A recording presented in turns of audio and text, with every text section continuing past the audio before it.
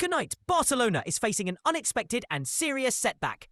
Local authorities have stepped in and delayed the reopening of Camp Nou because engineers have raised safety concerns that simply cannot be ignored. The move immediately turned into a political flashpoint when a high-profile television presenter publicly accused the club of trying to rush the reopening without final permits. And that accusation has lit a fire under what was already a tense debate. On one side, the club's leadership is under pressure to deliver new seats, a modern look, and the promise of returning fans after long work. On the other, public safety officials and engineers are insisting on tests. Sign-offs and changes, not promises. The difference is stark when you hear comparisons to how the Bernabeu project was handled, where work was staged and permissions were aligned to avoid putting spectators at risk. Now, the conversation has shifted from aesthetics and capacity numbers to legal liability and the moral obligation to protect people who pay to be there. For Joan Laporta and the board, the stakes are immediate. Postponed matches mean logistics headaches, contractual disputes with promoters, potential losses, and an erosion of public trust that can be hard to rebuild.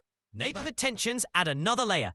Local residents have already told officials they will report events that create noise or parking problems, and that civic pushback is one reason some gatherings have been blocked. The practical consequences ripple outwards. Scheduled concerts and high-profile fixtures may need new dates.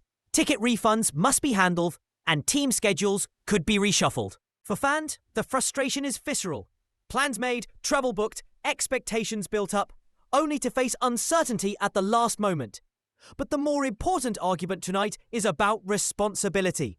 When technicians flag a danger, the legal and ethical duty is to fix it before exposing people to risk. The City Council's role is to protect citizens, and by delaying approvals, they are choosing caution over speed. That decision will please some and infuriate others.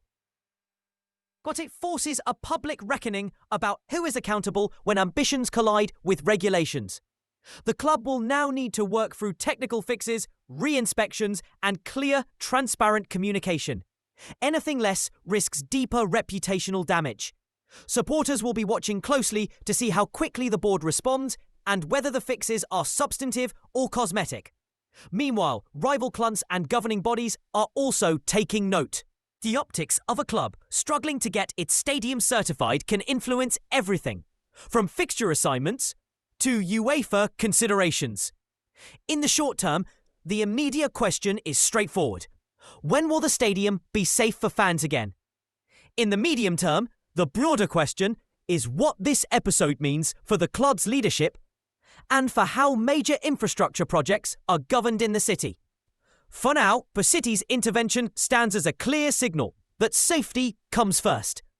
That may cost the club in the pocketbook and in public sentiment, but it could also prevent a worst-case tragedy that no amount of PR could repair. We'll keep tracking the technical updates, the club's response, and the calendar of events that might be affected, because the outcome here will shape Barcelona's season and its relationship with the people who matter most, the fans.